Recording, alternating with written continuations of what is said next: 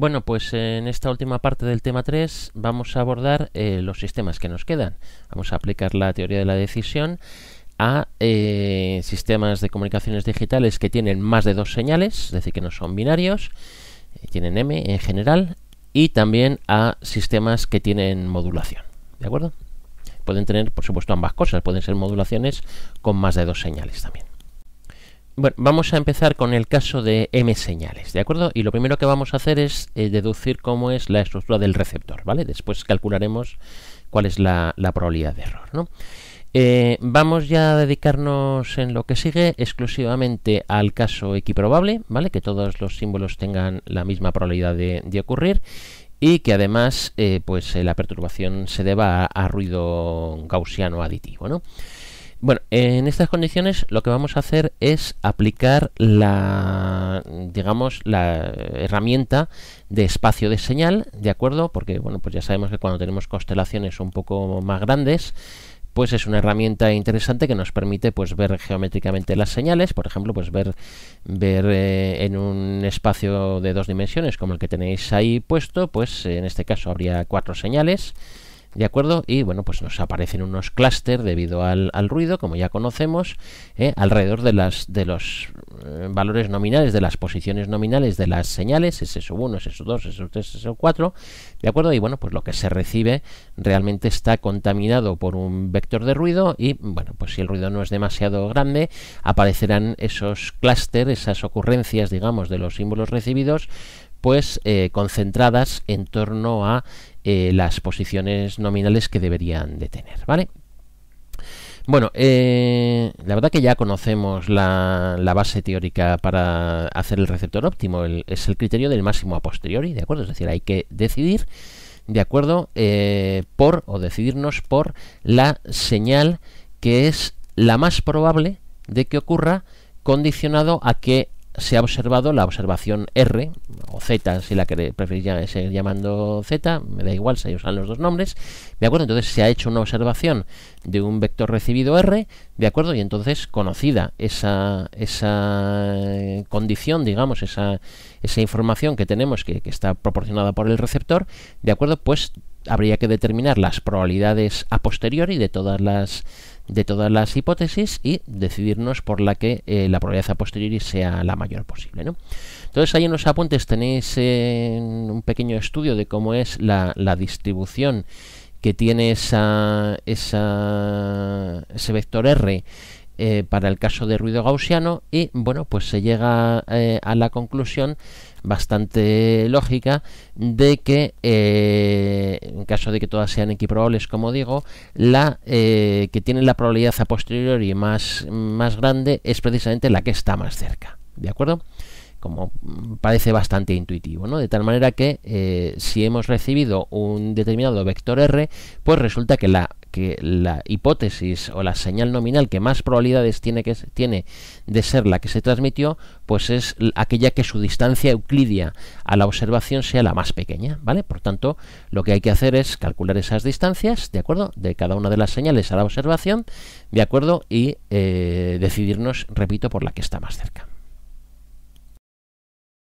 Entonces, de lo que he dicho, pues se deduce de manera bastante inmediata cuál es la estructura del receptor óptimo y qué es la que tenéis ahí en la figura de arriba, ¿no? Se trata, en primer lugar, de que el receptor tiene que encontrar el vector observado R, las coordenadas de ese vector, ¿de acuerdo?, para poder hacer ese razonamiento geométrico que hemos hecho, ¿no?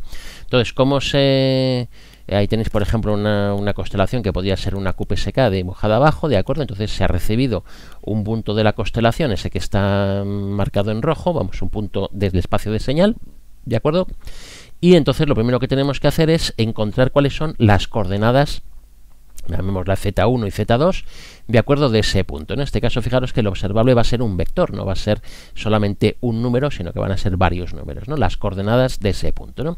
Entonces, ¿cómo se calculan las coordenadas? Pues muy fácil, calculando la proyección sobre los ejes coordenados, ¿no? Sobre las funciones, si en particular si usamos una base ortonormal, de acuerdo, que sería lo mejor para este caso, pues tenemos las funciones psi1 y psi2, de acuerdo, pues simplemente si son vectores unitarios, con hacer el producto escalar del vector que viene con esos vectores unitarios, pues precisamente eso nos da las proyecciones sobre esos ejes, es decir, las coordenadas z1 y z2, ¿no? Y eso es justo lo que hace ese receptor, ¿de acuerdo? Es decir, hace el producto escalar multiplicando lo que es el producto escalar de señales, ¿no? Se multiplica por la señal y se integra de 0 a t, ¿de acuerdo? Y eso nos da la coordenada con respecto a esa señal. Entonces, una vez que se tienen las coordenadas, pues luego habrá una lógica de decisión para decidir cuál es la señal nominal decidida, ¿no? Y como ya hemos dicho, pues esa decisión se realiza por distancia, es decir, el receptor, el decisor, tiene que tener almacenada de alguna manera cuáles son las posiciones nominales de las señales del alfabeto, ¿de acuerdo? Y entonces, pues como conoce las coordenadas de la señal recibida, conoce las coordenadas de la señal del alfabeto, pues aplica la expresión de la distancia euclidia y calcula las distancias a cada una de las señales, con lo cual pues puede tomar la decisión decidiendo que es la más cercana, como digo, a aquella distancia que sea menor, ¿no? Esto se puede hacer así tal cual, como está contado, pero la verdad es que hay una manera de hacerlo más eficiente desde el punto de vista computacional y es como se suele hacer, ¿no? Porque digamos que el hacer el cálculo de distancias y tal, pues es una cosa computacionalmente costosa, ¿no? Habría que estar ahí, pues tener un procesador que calculase esas coordenadas, que hiciese las raíces cuadradas, no sé qué, y todo esto a velocidades pues un poco altas, y la velocidad de transmisión es alta y tal, entonces esto pues puede ser costoso, como digo, computacionalmente de hacer y no es eficiente, ¿no? Cuando, bueno, parece bastante inmediato que sin hacer ningún número, ante ese ejemplo que tenemos ahí dibujado, pues cualquiera ve que la señal más cercana, se ve a ojo, es la señal número 3. ¿Por qué? Pues simplemente porque está en el primer cuadrante, ¿de acuerdo? Entonces vemos que cualquier señal que nos caiga y que va a estar en el primer cuadrante, por la propia geometría de la distribución de los puntos, pues la señal nominal que está en el primer cuadrante va a ser seguro la más cercana. Entonces lo que se hace en la práctica pues es generalizar un poco esta idea y predefinir lo que se llaman unas regiones de decisión, ¿no? Entonces, en un ejemplo como este, pues se ve con mucha claridad que cualquier cosa que se reciba en el primer cuadrante, pues seguro que la señal más cercana va a ser la señal S3, y entonces, bueno, pues lo marcamos ahí en verde como región de decisión asociada a el símbolo S3, ¿de acuerdo? De la misma manera, pues lo que se reciba en cada uno de los cuadrantes, pues tiene, digamos, su símbolo o su decisión asociada, ¿no? Entonces, fijaros que ahora computacionalmente es mucho más sencillo, porque cuando venga una cierta señal y calculemos sus coordenadas, pues solamente hay que mirar si la coordenada número 1 es positiva o negativa y si la coordenada número 2 es positiva o negativa. De esa manera encontramos rápidamente en qué cuadrante se encuentra y, conocido el cuadrante, automáticamente conocemos el símbolo, ¿no? Y nos ahorramos tener que calcular todas las distancias a todos los elementos, ¿no? Entonces eso se llama o se llaman regiones de decisión y es la forma habitual con cualquier constelación, ¿no? Digamos que cuando uno pone una constelación, pues ya de antemano pinta, digamos, en el decisor un pequeño mapa donde asocia, digamos, pues todo lo que caiga en esta zona voy a decidir el símbolo tal, todo lo que caiga en este recinto voy a decidir el símbolo cual, ¿no? Entonces simplemente se trata, cuando se recibe la señal, de ver en qué recinto cae, ¿de acuerdo? Y una vez que cae en un determinado recinto, pues automáticamente tomar la decisión asociada a ese recinto, y es la forma eficiente, digamos, de hacerlo. El siguiente paso, una vez que hemos definido cómo es el receptor, pues es intentar calcular la probabilidad de error, ¿no? Y bueno, aquí es donde la cosa se empieza a complicar un poco, ¿no? Por ejemplo, se empieza a complicar por el hecho de que ahora ya tenemos que tener claro de qué estamos hablando cuando hablamos de probabilidad de error, porque cuando nosotros mandamos un símbolo y nos equivocamos en la decisión de ese símbolo, realmente tenemos dos probabilidades de error distintas, ¿no? La probabilidad de error de símbolo y la probabilidad de error de bit, es decir, la probabilidad de error de símbolo es que yo me haya equivocado un símbolo por otro distinto de la constelación, ¿vale? Que eso es lo que relativamente se puede calcular con cierta facilidad, o es un poco más abordable el problema usando, pues digamos, el espacio de señal, ¿no? Sin embargo, lo que a mí me interesa en la práctica es la probabilidad de error de bit, ¿no? Porque el usuario al final lo que pone ahí en un extremo de la cadena es una cadena de bits y lo que quiere es recibir al final una ristra de bits similar al otro lado, ¿no? Y realmente pues al usuario típico el que eso se esté agrupando en símbolos de 2 o de 3 o de 5 bits le resulta completamente pues irrelevante, ¿no? Entonces, la que importa es la probabilidad de error de bit, ¿no? Entonces, claro, hay que tener cuidado porque al confundir un símbolo por otro, pues, por ejemplo, si tenéis ahí en el caso de la izquierda, ¿de acuerdo? Por ejemplo, pues yo he transmitido el símbolo que está ahí sombreado, ¿de acuerdo? Pues dependiendo si me equivoco con el símbolo que está adyacente por arriba o el símbolo que está adyacente por abajo, el número de errores de bit que voy a producir es distinto. ¿De acuerdo? Y entonces eso, pues, digamos, condiciona que la probabilidad de error de bit va a ser diferente para ese error de símbolo, ¿no? De hecho, fijaros que ahí hay dos combinaciones o dos, digamos, asignaciones de los símbolos a las señales diferentes y se pone de manifiesto que no es irrelevante el cómo se haga esto, ¿no? De hecho, pues ya os adelanté un poquito de esta idea para que pensarais sobre ello en el problema. En un problema que se propuso hace poco, ¿no? Fijaros que la codificación de la derecha, que es una codificación que se llama tipo Gray, tiene la propiedad, la característica muy interesante de que cada símbolo con el símbolo adyacente se diferencian solo en un bit, ¿vale? Fijaros, bueno, supongo que habéis estudiado la codificación tipo Gray para 2 bits, es 00, 01, 11, 10, ¿de acuerdo? Entonces, del 1 al siguiente, pues se va cambiando solamente un bit, ¿no? Y si se quiere hacer con 3 bits, pues es muy sencillo, se ponen los primeros 4 símbolos se ponen con el primer bit a 0 y los siguientes 4 símbolos pues se pone con el bit a 1 y haciendo directamente un espejo de lo que está arriba. Si os dais cuenta, salvo por el bit inicial, lo de la parte de arriba y la parte de abajo pues son exactamente iguales, ¿no? De hecho se llama a veces la codificación Gray codificación especular, ¿no? Entonces tiene esa propiedad que es muy interesante porque ¿qué significa? Significa que ahora cuando yo me equivoque en un símbolo por el símbolo de al lado, que va a ser el que más fácilmente me voy a equivocar, ¿no? Va a ser, la mayoría de los errores van a ser con el símbolo adyacente, ¿no? Va a haber muy pocos errores que sean con símbolos que estén muy alejados, ¿no? Entonces, como la mayoría de los símbolos van a ser con el símbolo adyacente, pues eso va a minimizar la cantidad de errores de bit que se van a producir, ¿no? Y de hecho, pues hay dos situaciones extremas, ¿no? Si yo he calculado en algún sistema usando la geometría, he podido calcular la probabilidad de error de símbolo, que estamos denotando ahí en esa expresión que tenéis abajo a la izquierda como P sub S, ¿vale? La probabilidad de error de bit está, digamos, contenida o se puede acotar entre dos límites, ¿no? El límite de la izquierda, de acuerdo, que es lo menos que puede valer la probabilidad de error de bit, que es cuando al equivocarme en un símbolo me equivoco exclusivamente en un bit, ¿de acuerdo?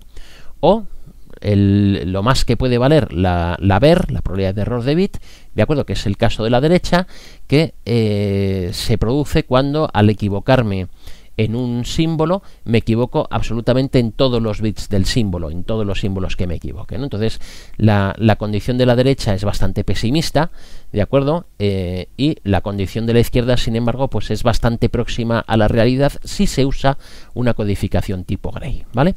Si se usa una codificación que no sea tipo Gray, pues la probabilidad de error de bit estará comprendida en algún punto entre esos dos límites, ¿no? A veces la gente no entiende mucho esos dos límites así expuestos, pero se ve muy fácil si se pone con un ejemplo, ¿no?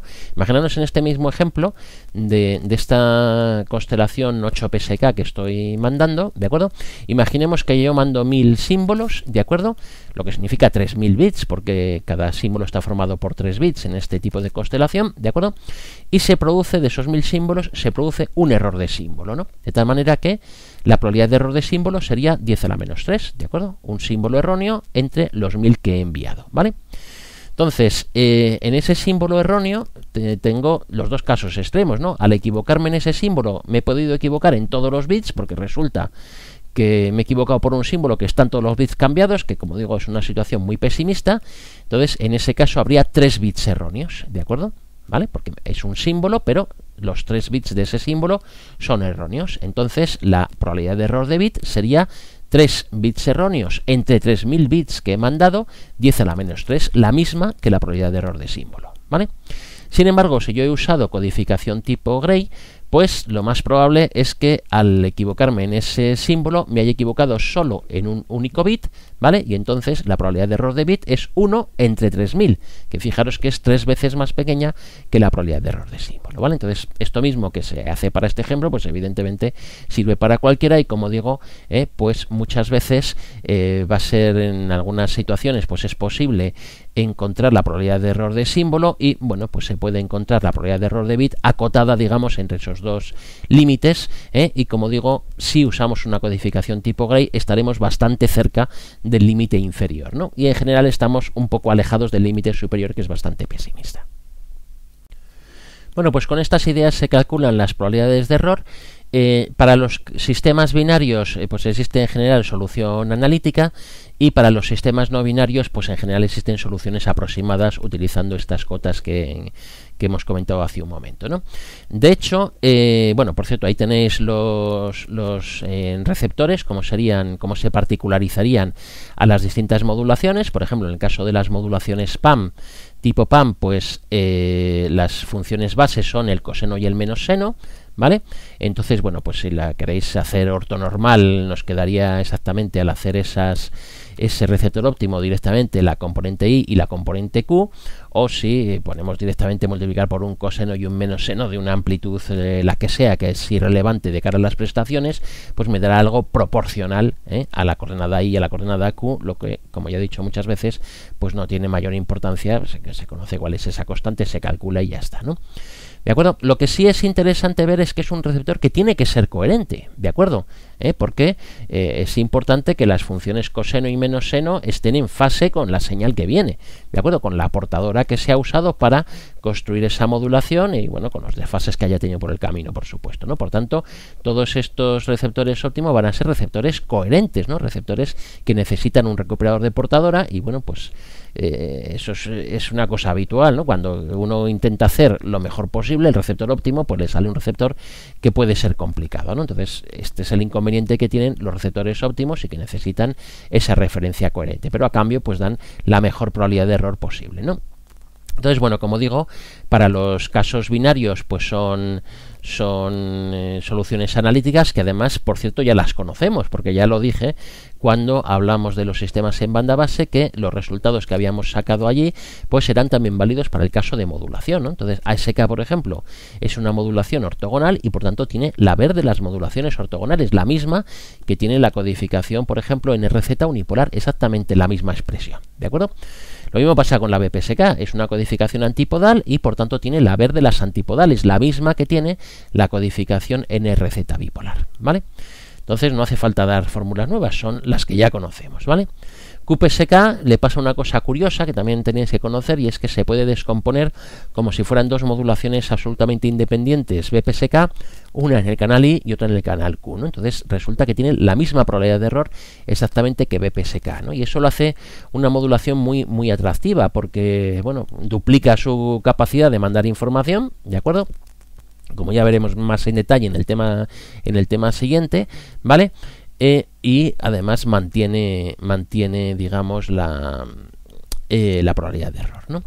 Como digo, si nos queremos ir ya a QAMs o a otras modulaciones en general PAM más grandes, pues en general ya solo hay expresiones analíticas y, bueno, pues ahí tenéis, por ejemplo, una expresión analítica para la MQAM, como podría haber puesto también para la MPSK, ¿no?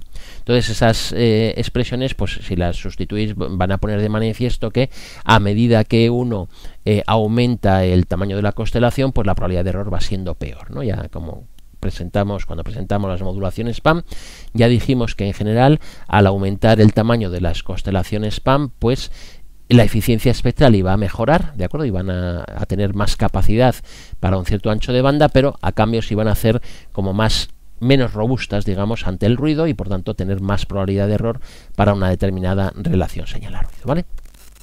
Quizás es un buen inciso para hacer aquí, digamos que cuando se ponen este tipo de expresiones, cuando tenéis que usar este tipo de expresiones, siempre todas las expresiones que damos están pensadas para poner las unidades en el sistema internacional de unidades, ¿de acuerdo? Es decir, las energías en julios, las anchos de banda en hercios, si hay ancho de banda, los ángulos en radianes, por ejemplo, si hay ángulos, etcétera, ¿de acuerdo? Y, por supuesto, unidades lineales, ¿vale? Que a veces la gente te pone relaciones señal a ruido en decibelios y cosas así, ¿no? Entonces, salvo que se diga explícitamente, son unidades lineales y del sistema internacional, ¿vale? Y, por supuesto, hacen siempre referencia, también a veces que la gente me pregunta, ¿es que esa energía por bit, qué supone? ¿La energía por bit transmitido o la energía por bit recibido? Por supuesto, son siempre parámetros, potencia de señal, energía, etcétera, lo que sea, en el lado receptor, ¿de acuerdo? Puesto que todo esto es una operación que estamos haciendo en el receptor, ¿vale? Entonces, recordad que son siempre la fórmula, si damos esta u otra fórmula, la que sea en un examen, pues son unidades lineales, no logarítmicas, del sistema internacional, ¿de acuerdo? Y, como digo, cantidades relativas al receptor, ¿vale? Si fuera otra cosa, ¿de acuerdo? Pues os lo tendríamos que decir explícitamente, ¿no? Bueno, y abajo tenéis la de FSK, es la misma idea, la única cosa que cambia es que ahora las funciones base de la constelación son diferentes, ¿de acuerdo? Ya no es una modulación PAM y entonces pues la constelación se tiene que hacer con dos funciones que son de dos frecuencias distintas, ¿de acuerdo? El coseno de la frecuencia F0 y de la frecuencia F1, lo cual complica encima todavía más las cosas para hacer un receptor coherente, ¿de acuerdo? Puesto que habría que hacer, al menos teóricamente, dos recuperadores de portadora, ¿de acuerdo? Uno para la frecuencia 0 y otro para la frecuencia 1, ¿no? A veces luego hay formas de evitar hacer esto, ¿de acuerdo? Pero sobre el papel, en principio, habría que hacer dos recuperadores de portadora o por lo menos algún sistema adicional que nos permitiera recuperar las dos frecuencias, ¿no? Por lo demás, la VER es la de las ortogonales, como corresponde a la modulación FSK, que es ortogonal.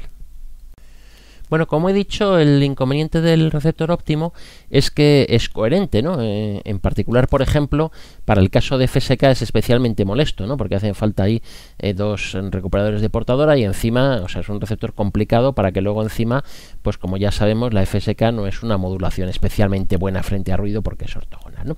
Entonces, muchas veces se plantea la posibilidad de hacer receptores que no sean los óptimos, ¿de acuerdo? Pero que no requieran un receptor coherente, ¿no? Digamos, utilizar receptores no coherentes, ¿no? Evidentemente no cualquier modulación permite una demodulación no coherente, ¿no? Ya lo comentamos cuando las describimos, ¿no? Entonces, en particular, si nos pensamos en las modulaciones binarias, ¿no? Que es donde más énfasis ponemos, pues conocemos tres modulaciones binarias que se puedan recibir con un receptor que sea no coherente, ¿no? Que son la SK, la FSK y la versión diferencial de la modulación de fase, ¿no? Recordar la modulación de PSK, donde lo que se veía era la diferencia de fase entre un símbolo y el anterior, ¿no? Entonces, voy a analizar un poquito, con un poquito más de detalle, la modulación ASK y las otras se harían de manera similar. Bueno, la de PSK es un poco más complicada, ¿vale? Pero bueno, en los apuntes tenéis también la FSK para que la echéis un vistazo, es interesante. Pero bueno, voy a analizar solamente la ASK, ¿vale? Esto también es interesante para recordar un poco cómo se hacen los test de hipótesis, porque aquí, claro, como no hay una teoría general para los receptores no coherentes, pues hay que plantear el test de hipótesis completo y bueno, pues es un ejercicio interesante de un test de hipótesis también, otro más que para que tengáis, digamos, pues más ejercicios, por así decirlo, sobre el uso de los test de hipótesis, ¿no? Entonces, en el caso de la SK, ¿cómo se puede hacer un receptor no coherente? Bueno, pues aprovechando que la SK en el fondo no es nada más que la versión digital de la modulación AM, pues usar un receptor de AM, ¿de acuerdo?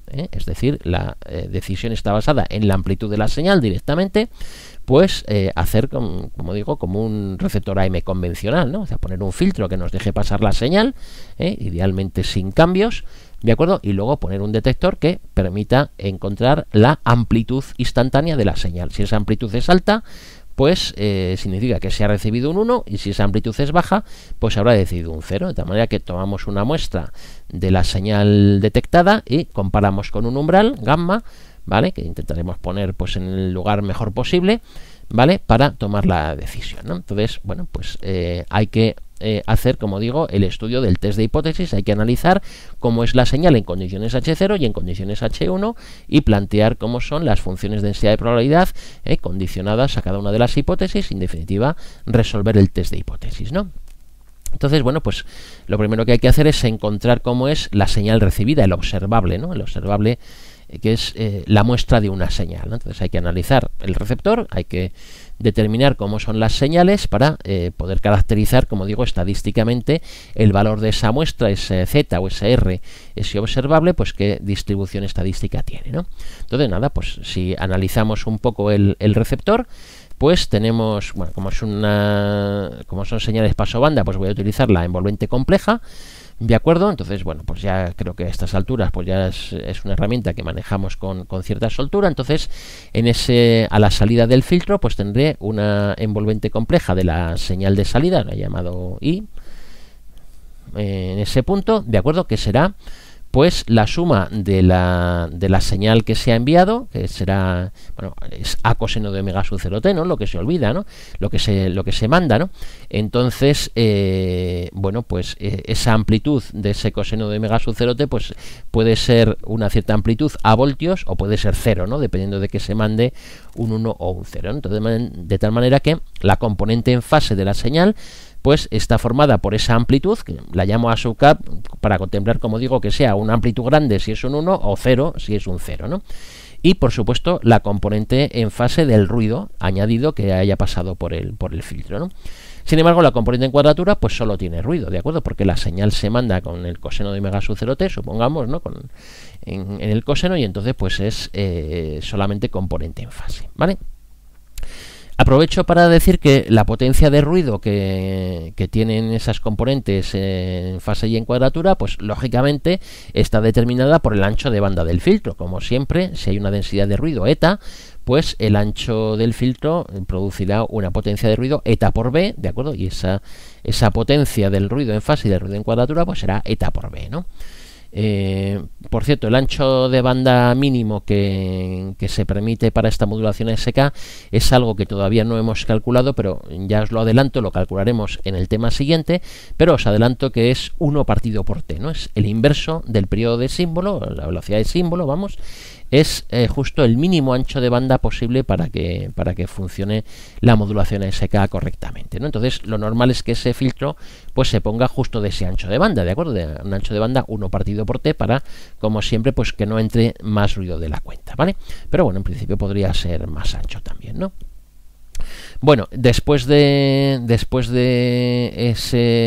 ese filtro, pues lo que tenemos es un detector que lo que va a hacer es detectar la envolvente de la señal, ¿de acuerdo? Entonces, como tenemos ahí la envolvente compleja, pues calcular la amplitud instantánea de la envolvente, pues nada más sencillo, ¿no? Es el módulo del fasor, ¿de acuerdo? Y por tanto la raíz cuadrada de la componente en fase al cuadrado más la componente en cuadratura al cuadrado. Entonces, esa es la expresión, digamos, de la señal que va a ser muestreada por, digamos, la observación que vamos a tomar va a ser una muestra de esa señal, ¿vale? Entonces vamos a analizar qué pasa en condiciones H0 y en condiciones H1, ¿no? Para encontrar ese observable R o Z, como lo queráis llamar, ¿de acuerdo? Pues para encontrar qué función densidad de probabilidad tiene en condiciones H0 y en condiciones H1 para poder hacer el test de hipótesis, ¿vale? Entonces, ¿qué pasa en condiciones H0? Pues lo que pasa en condiciones H0 es que A sub k vale 0, ¿de acuerdo? No hay amplitud, porque la modulación SK, os recuerdo que o se manda un coseno de amplitud A o no se manda nada, ¿de acuerdo? Entonces, en este caso no se manda nada y tenemos una cantidad que es simplemente depende de la componente en fase y de la componente en cuadratura del ruido y que, bueno, pues es una variable aleatoria muy estudiada, que habéis estudiado sin duda en señales aleatorias y que tiene una distribución que se denomina de Rayleigh, ¿de acuerdo? Bueno, en condiciones H1, ¿qué ocurre? Pues en condiciones H1, ahora ya sí que tenemos una cierta amplitud, ¿de acuerdo? Una amplitud de A voltios en función de la potencia que se reciba, ¿de acuerdo? Y entonces la envolvente recibida pues tiene esa otra expresión, ¿vale? Que es un poco menos conocida, su distribución, pero que también la podéis encontrar por ahí en los libros de teoría de la probabilidad y se llama distribución de Rice, ¿vale? Distribución de Rice que, por cierto, cuando A es grande frente al ruido, se parece mucho a una gaussiana centrada en A, ¿de acuerdo? Pero no es exactamente igual, ¿vale? Bueno, pues ya tenemos las funciones de densidad de probabilidad. En los apuntes tenéis las expresiones un poco más elaboradas de cómo son esas funciones de densidad de probabilidad, pero bueno, ya tenemos los elementos adecuados para poder plantear o para poder analizar las prestaciones de este test de hipótesis. Aquí he dibujado las dos distribuciones, las dos funciones de densidad de probabilidad, ¿vale? Y bueno, pues si queremos encontrar el umbral óptimo de decisión, pues será el punto de corte, asumiendo que son equiprobables, si no habría que ponderarlas, como ya sabéis, pero bueno, como hemos dicho, vamos a analizar solo el caso equiprobable, pues será el punto de corte de las funciones de densidad de probabilidad de R condicionado a H0 con R condicionado a H1, ¿vale? Se encuentra ese punto de corte y se calcula la probabilidad de falsa alarma integrando sobre la campana que está dibujada en azul hacia la derecha del umbral óptimo, esa será la probabilidad de falsa alarma. La probabilidad de pérdida pues será sobre la campana válida en condiciones H1, todo lo que esté a la izquierda del umbral será la probabilidad de pérdida, y promediando pues nos da la probabilidad de error promedio, ¿vale? Hay un pequeño inconveniente, y es que resulta que la expresión de la función de densidad de probabilidad de Rice pues es una expresión bastante complicada, y entonces resulta que no es fácil calcular ni siquiera el punto de corte de las dos campanas, ¿de acuerdo? No existe una solución analítica para eso, ¿no? Pero bueno, si se hacen unas ciertas aproximaciones para relación señal a ruido alta, ¿no? Que más o menos vale para relación señal a ruido en torno a unos 10 dB, una cosa así, ¿de acuerdo? Pues el umbral óptimo de decisión está aproximadamente en A medios, ¿vale? Y entonces aproximadamente también pues se pueden calcular las áreas, ¿de acuerdo? Y bueno, pues al final resulta en esa expresión, que es una expresión aproximada de la probabilidad de error, y que es cierto que solo vale si la relación señal a ruido de partida pues es alta, ¿no? Bueno, como por cierto pues ya ocurría en los detectores de AM en analógico, ¿de acuerdo? Que solamente, vamos, que hay un efecto umbral y que solamente es válida la expresión para relaciones señal a ruido altas, ¿vale? Por cierto que esa expresión está hecha ahí suponiendo que el ancho de banda del filtro es el mínimo posible, ¿no? Que es lo habitual, ¿no? Con el 1 partido por t, ¿no? Si lo pensáis un poco, pues por ejemplo, si yo duplico el ancho de banda del filtro, pues sería equivalente a duplicar la cantidad de ruido, ¿no? Sería simplemente como si multiplicase eta por 2, ¿de acuerdo? Y entonces me daría una probabilidad de error más alta, ¿no? Entonces esa es, digamos, con el receptor no coherente, el mejor posible con el ancho de banda igual a 1 partido por t, ¿vale? Se puede ver, luego las pintaremos en una gráfica, se puede ver que las prestaciones son algo peores que las del receptor óptimo, pero tampoco mucho peores, ¿no? De hecho, como mucho es un decibelio, muchas veces ni llega a un decibelio peor, ¿no? Entonces, pues, ¿qué se suele hacer en la práctica? Pues ya sabemos lo que se suele hacer, ¿no? En los receptores AM, que esto es un AM, se suele usar más este tipo de receptor, ¿de acuerdo? Es un receptor mucho más sencillo que el receptor coherente, ¿de acuerdo? Y entonces, bueno, pues por un decibelio o menos de un decibelio, en general no suele merecer la pena hacer el receptor coherente, ¿no? Bueno, algo parecido pasa con FSK, que también lo que se suele usar es el receptor no coherente, ¿de acuerdo? Y que da lugar también, ahí lo tenéis analizado en los apuntes, a una expresión que es curiosamente la misma que la de ASK, ¿vale? Como ya ocurría también para el receptor óptimo, ¿no? Que es la misma probabilidad de error, la probabilidad de error que tenía las ortogonales, ¿no? Solo que en este caso no es una aproximación, sino que en el caso de FSK la expresión es totalmente válida incluso para relaciones señal a ruido bajas, ¿no? Y para DPSK pues es un poco más complicado de analizar, porque realmente es, no quiero entrar un poco en estas disquisiciones, pero es una modulación con memoria, ¿de acuerdo? Donde depende un poco de lo anterior, pero por tener también un poco una versión no coherente de una modulación de fase, pues que veáis que también se sigue manteniendo el hecho de que incluso con este receptor no coherente, pues también las modulaciones de dos fases es 3 decibelios mejor que las modulaciones ortogonales, ¿no? Fijaros que hay un factor 2 que ha desaparecido en el denominador, y eso hace que en las modulaciones de PSK con la mitad de energía podamos conseguir las mismas prestaciones que se consiguen con FSK o ASK. Bueno, y un poco a modo de resumen, pues como ya os he dicho, ahí os he pintado las probabilidades de error de las distintas modulaciones.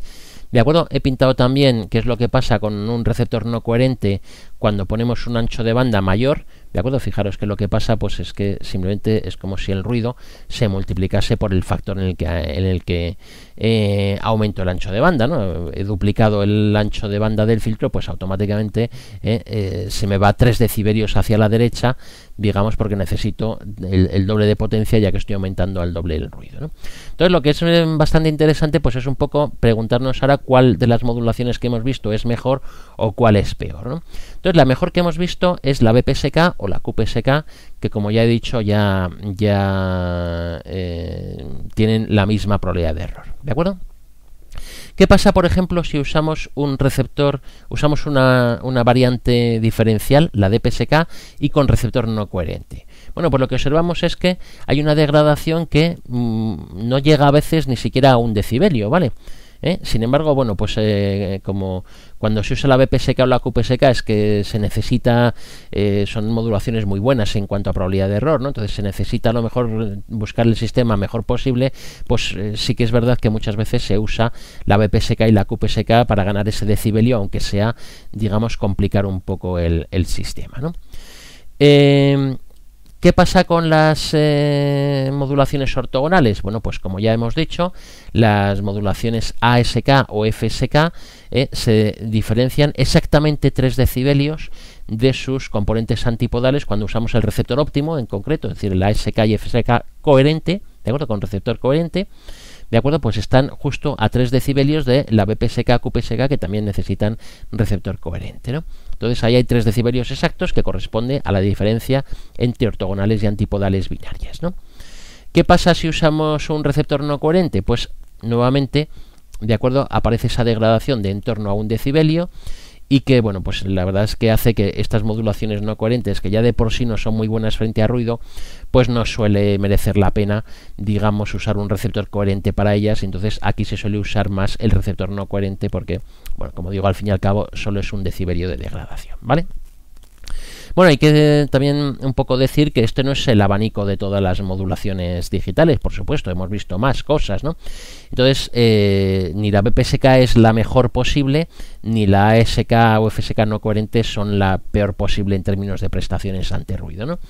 ¿Por dónde seguiría esa tabla, no? Pues se pueden buscar modulaciones que sean peores frente a ruido, de acuerdo con buscando modulaciones spam con muchos símbolos, ¿no? Alguien puede decir, ¿y para qué quiero buscar modulaciones que sean peores frente a ruido? Bueno, pues porque evidentemente algo gano a cambio, ¿no? Es decir, esas modulaciones spam con muchos símbolos, como por ejemplo la 64QAM, por poner un ejemplo, pues son modulaciones que son muy delicadas frente a ruido, que se comportan mal o tienen mucha probabilidad de error, pero a cambio tienen mucha capacidad, ¿no? Como veremos en el tema siguiente, que ya voy a enlazar un poco con lo que vamos a ver en el tema siguiente, esas modulaciones que son muy malas frente a ruido van a ser muy buenas frente a eficiencia espectral, que es lo que vamos a calcular en el tema 7, ¿no? Y por arriba pasa un poco lo mismo, ¿de acuerdo? Ni la BPSK tampoco es la mejor posible que se puede hacer, ¿no? Se puede conseguir una probabilidad de error mejor usando una propiedad que tienen las FSK, que conté también en el tema anterior, y que es que en las FSK cuantas más señales pones en el alfabeto, ¿de acuerdo?, es mejor frente a ruido, es decir, le pasa lo contrario justo que a las modulaciones spam, ¿de acuerdo? Entonces, si queremos tener un sistema que realmente sea muy bueno frente a ruido, pues hay que poner modulaciones FSK de 4, 8, etcétera, símbolos, 16, etcétera, ¿no? Y igualmente pagamos un precio, ¿de acuerdo? En este caso, al poner muchos símbolos en las modulaciones FSK, pues justo lo que perdemos es eficiencia espectral, ¿vale? De tal manera que podemos ir más hacia arriba o más hacia abajo en esta tabla, por así decirlo, pero si vamos hacia arriba, hacia mejorar en términos de potencia y relación señal a ruido, pues perderemos en términos de eficiencia espectral y viceversa, ¿no? No se puede, digamos, ganar en ambas cosas a la vez. ¿De acuerdo?